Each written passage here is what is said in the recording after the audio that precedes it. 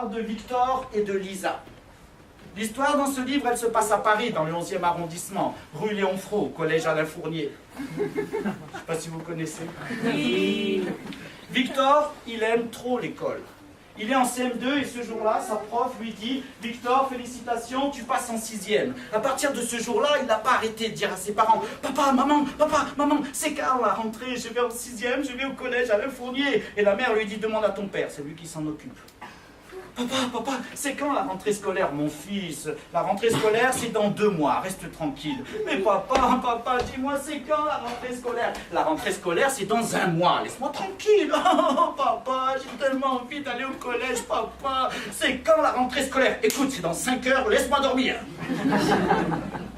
Le jour de la rentrée scolaire arrive. Victor, le plus bien habillé des garçons du collège, arrive devant l'école et là il va dans la cour de la récréation, il découvre un monde autour de lui. Il se dit que ici c'est un temple du savoir, qu'il va apprendre des choses, qu'il va pouvoir grandir, qu'il va pouvoir s'élever. Il va en cours, il prend des notes, on lui présente des profs et des matières. Les autres ils en ont déjà marre, mais lui il n'a qu'une envie, il en veut plus et plus et plus. Et puis au milieu de la journée, quand on redescend des salles de classe, quand chacun doit rester quelques instants pour attendre les parents dans la salle, dans la cour de récré, eh bien Victor, il est là avec son cartable et puis...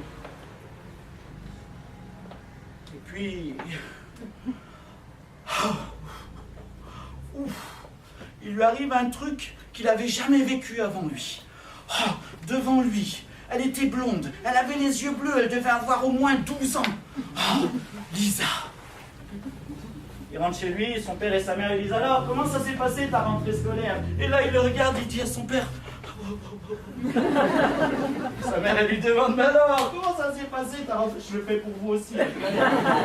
Comment ça s'est passé ta rentrée scolaire? Et puis il regarde sa mère et dit Mais l'ennui, c'est que ça ne l'a pas quitté pendant le premier trimestre. Chaque fois qu'il entrait dans l'école, chaque fois qu'il descendait de la salle de cours, chaque fois qu'il avait un instant avec d'autres élèves, il regardait comme ça, il cherchait, et dès qu'il la voyait...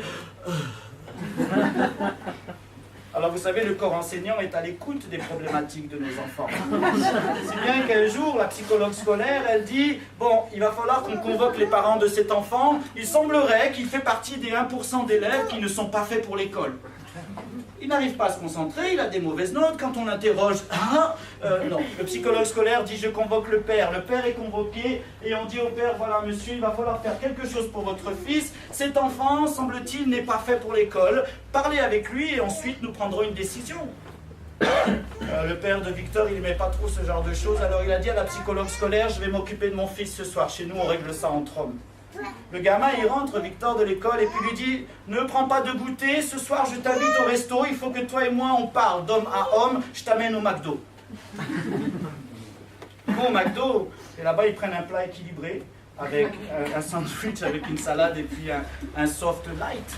Et là, il lui dit « Alors mon fils, dis-moi, qu'est-ce qui se passe? On m'a dit à l'école que tu avais des soucis, j'ai besoin que tu me parles. S'il y a quelqu'un qui t'ennuie, si tu as des problèmes, si tu ne comprends pas ce qu'on te dit, dis-moi, je vais t'aider. » Et là, le fils dit à son père « Mais papa, mais je comprends pas moi-même, papa, tu vas pas me croire, il m'arrive un truc bizarre. » Le père lui dit « Quoi? Raconte-moi. » « Eh ben papa, c'est que...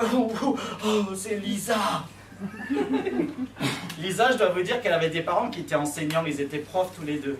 Et ils avaient un rituel dans leur famille, c'est que le mardi soir, eh bien, ils regardaient tous un film en noir et blanc. Parce que les parents avaient considéré qu'il était important de laisser des grands classiques dans la mémoire de cette fille grandissante.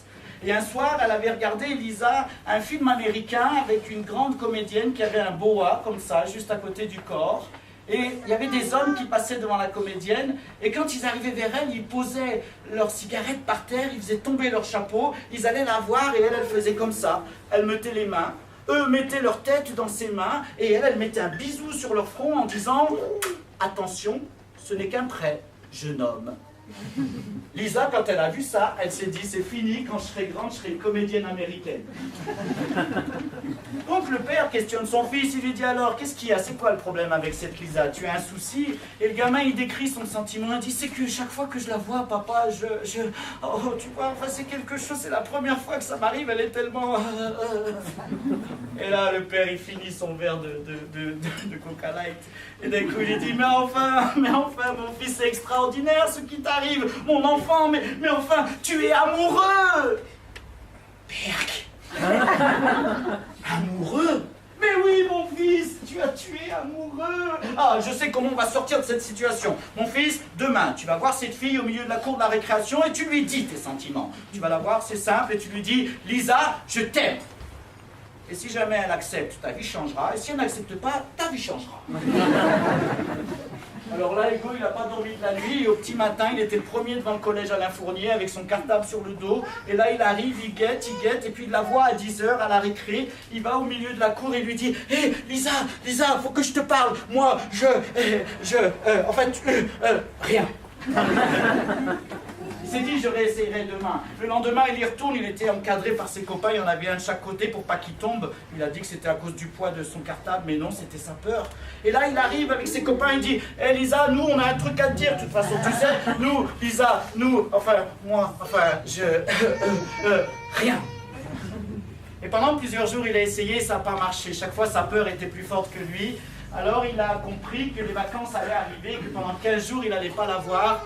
Il a décidé de prendre sur lui. Ce jour-là, il a posé son cartable à l'entrée du collège. Il l'a vue de l'autre côté avec ses copines et puis il allait la voir d'un pas décidé. Comme lui avait montré son père, il va la voir et il lui dit, tu sais Lisa, que tu le veuilles ou pas, j'ai un truc à te dire. C'est pas vraiment grave, mais ça m'empêche de dormir, ça m'empêche d'étudier, ça m'empêche de vivre. Alors, tu sais quoi? Eh ben, je t'aime.